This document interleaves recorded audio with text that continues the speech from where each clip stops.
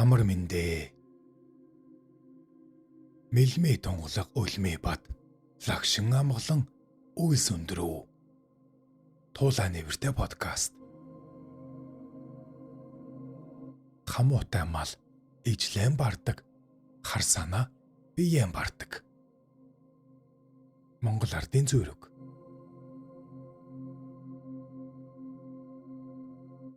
Газар нутгийн домгууд. 2 дугаар хэсэг. Хар азаргын уул, хоогчгүй, дааган толгой. Эртээ дээр цагт гин. Холын хошууны нэгэн шилийн сайн ир Зүүн аймгийн Хурдан удмын азар гадуу хулгайлан Тисийн голыг уруудан хөөсөөр одоогийн зүүн говь сумын нутагт тохой газраас салж баруун зүг зүхтэж зүүн говийн баруун талын хөдөөгөөр явж байтал ихэр даахтай гүү холын замд муудаж цааш явж чадахгүй босонд тэндээ орхин цааш явлаа. Тэр дааг тэр доороо нүд анин нэг бяцхан толгой болон хувирч гин. Түүнийг дааган толгой гэж нэрлэжээ. Дааган толгойноос дээш 5 км орчим яваад нөгөө дааг нь бас муудан нэг толгой болон хоцорсон нь дээд дааган толгой юм. Энэ хоёр даагны их хоогчгүй хайр дүрсээ орхин явж чадалгүй. Мөн тэр газраа бас нэг уул болон тогтжээ. Энэ уулыг хоогчгүй уул гэдэг. Энэ 3 уул нь хан хөхийн уулын зүүн, Тисийн голын баруун хэсэг хоёрын хоорондох өргөн уудам талд оршино. Тэдгээрээс дээш 10 км орчимд хар модоор хучигдсан уул байдаг нь хулгайлагдсан адууны азраг гэж ярилцдаг байна. Ховорхон төрдөг унаг холын холд ирж уул болон тогтсон тэр цагаас хойш Тисийн голын унаг алдаршиж нэрд гарсан юм гин билээ.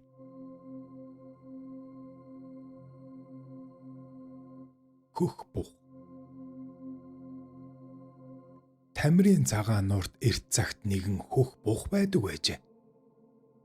Өглөө орой маш уянгалаг яруугаар уранддгийг нутгийн олон төмөн хаяа нэг сонсон баясдаг гин. Харин өнчин бяцхан хүү хус зэгсэнд нуугдан хөх бухын урамтхыг дандаа сонсдог байж. Хөх бухын урамтхыг зэгс хулсанд нь суугаа сонсоход энэ ертөнцийн буй бүхий л аялгау найрлыг сонсох мэт болдог байжээ. Хөх бухыг урамтахад уул дайвж, ус шуугаж, ургамал ногоо найган шуурайлж, хоолойтой бүхэн даган урамдах шиг хүү цанагддаг байжээ. Хүү нэгэн удаа ухаа марал буух тэнгэрээс бууж ирэн цагаан нуурын усанд шумбан орохыг үзжээ. Түүнээс хойш тэр хоёр хослон урамдаж хинж юу ч үл дуурсгаж чадах аялгау гарган урамдана. Хүү хус зэгсэн дунд суун түүнийг даган аялгуулдаг болжээ. Нэгэн өглөө хөх бух марал буг хоёр урамцсангүйд хүү дуурайн урамттал хоёр шар гэрэл цацран нуурнаас хоёр тийш тэнгэрлэн одов. Одохдоо сэтгэлтнийг шидээрээ сэтгэл үгүйднийг идээрээ татдаг дууны увцаа хүний хүүд алдчихлаа гэд явчихсан гин. Түүнээс хойш хүүг урамтахад үндэст ургамал цоройн урган сонсдог, үнэн сэтгэлтэн хайлан сонсдог, үнэ мал урамдан сонсдог болсон юм гинэ. Та YouTube дээр Туулаа нэвэртэй подкастыг үзэж бас сонсож байна. Бичлэг таалагдж байвал сэтгэлээ үлдээж лайк товчоо дараарай. Ингэснээр та Туулаа нэвэртэй подкастаа дэмжиж буй юу? Бух чулууны домог. Эртээ цагт идэр чулуутын голын бэлчээр хавьд аимшигт нэгэн могой байжээ. Тэр могой хүм мал ан амьтанд аюул учруулдаг байв. Нэгэн удаа тэр голд өвсний сэрмөн усны тунгалгыг хөөн 60 бух бэлчээрлэн ирсэн юмсанчээ. Хүчтийнхээ бүрэлдсэн зоригт нэгэн бух аюулт могойтой ам өрсөлдөн тэмцээр аимшигт махчин могооны толгойг нь бяц даран ан амьтан айл хотлыг түгшүүр зовлонгоос салгаж ахуй биеэ чилэн хөвцээр бух чулуу болжээ. Тэр үеэс нутаг усаараа түүнийг дахин шүтэж доод элс шорооноос нь ухан авч өтөг бууцандаа цацаж хүзүүвч чагтнаас нь хэсэглэн тугал үнэндээ зүүснээр сүү таараа гэлбэг төл сайтай мал дээлтэй байдаг хэмээн хэлэлцээр иржээ. Хэсэглэн авсан хөзөвчний оронд шинээр хөзөвч зүгдэх заншил мөн тогтсон байна. Энэхүү домгийн үлгий газар Архангай аймгийн Цэцэрлэг сумын Чулуут багийн нутагт бий. 1936 онд буugдсан бухын хүрээний тойр байдаг. Энэ хүрээг Дарв бандта Агван Чон Журдондов байгуулсан юм. Тэрээр энэ нутгийн номт хэмээх газар малчин ард насангийн гэрт мэндэлжээ. 5 настайдаа төвдийн Дарв хувилгааны хой дүрээр тодорч их хүрээн залагдсан 8 дугаар богд Жавзан дам хутагтад мөргөж хамб Балдан Чоймболд шав орж Эрдмийн мөрхөөсөн юм. Хожимо 36-ны сүүдэрдээ Гавжийн дамжаа, 49-ний сүүдэрдээ их хүрээний зүүн дацанд Агран бийн дамжаа барьсан байдаг. Дарв бандтаа төвд уугуржин бичгээр нэлээд ном зохиол тойрвсон гүн ухаантан их бичгийн хүн байжээ.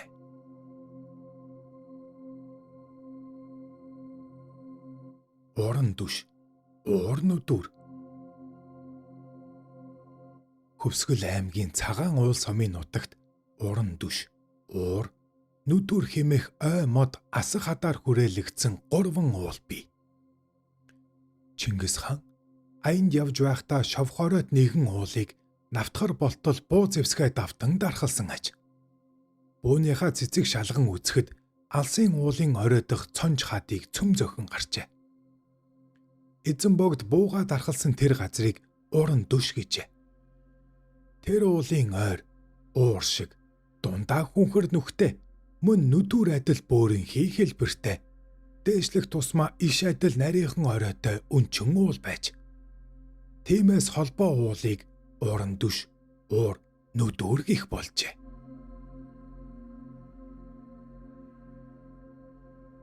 Сүн далайг шалбайг байхад цөмбөр уулыг дов байхад хөвсгөл далайч гэж байсангүй. Мөнх цас дуулс алсын алсад цөмбөрлээд зэрэглээ наацсан энэхүү нутагт таргийн тавхан ямаатай эмгэн таглаатай худаг хоёроос өөр юу ч байсангүй.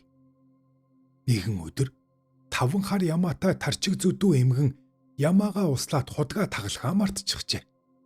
Худгийн ус ориглон оргилсоор амтэн хүн живж аюул учирдгийн даваан дээр нэгэн бярта эрд тэртээ алсад цөмбөрлөн харагдах уран дүшийн оройг таслан чулуудаж худгийн амыг тагласан гин. Их улсын завсарт нуур цэлийж уран дүшийн орой нуурын дунд арал болон тогтжээ. Уулын орой хавтгай дүш шиг болсноос уран дүш гэж нэрлэх болсон гэдэг. Мөн энэхүү уулыг ёлтормаа хэмээх хүдэрч хэрэг биетэй хүрлийгч урлах чадвалтай нутаг усандаа нэртэй дархан хүнийг дурсан уран дүш хэмээн нэрлсэн ч гэж домог бий. Хүнхрээгийн гол. Өвөрхангай аймгийн баг богд уулын зүүн хормой бүрдээс их авч 30 ус сумын урд хэлийн дагуу 43 км урсаж айс авийнхаа дагуу хэд хэдэн жижигвтер тойрон үүсгэн овоо толгойн өврийн зэгс тойромд шингэдэг голыг хүнхрээгийн гол гэнэ. Хүнхрээгийн голоос эртний адууны өвөг, загас, шувуу, зарим ургамлын үлдэгдэл олдож судлагдсны зэрэгцээ 19-р зууны үед Манч хятадын худалдаачид сууршин амьдарч чацарган үзэм тариалаад Шаазан варын үйлдвэрлэл эрхэлж байжээ.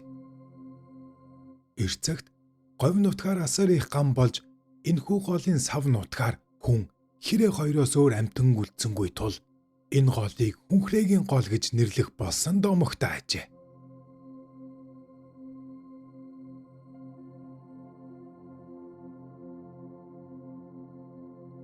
Та YouTube дээр Тулааны үртэй подкастыг үзэж ба сонслоо. Бичлэгүүд таалагдж байвал сэтгэлээ үлдээж лайк тавьж дараарай. Мөн нүүр ном дээр Тулааны үртэй гэсэн хуудас бий. Нүүр номоор аялахдаа хуудсыг минь бас дагаарай. Тэгвэл Тулааны үртэй баярлах юм. Танд, таны гэр бүлд эрүүлийн хад жаргал хамгийн сайн сайхан бүхнийг хүсье.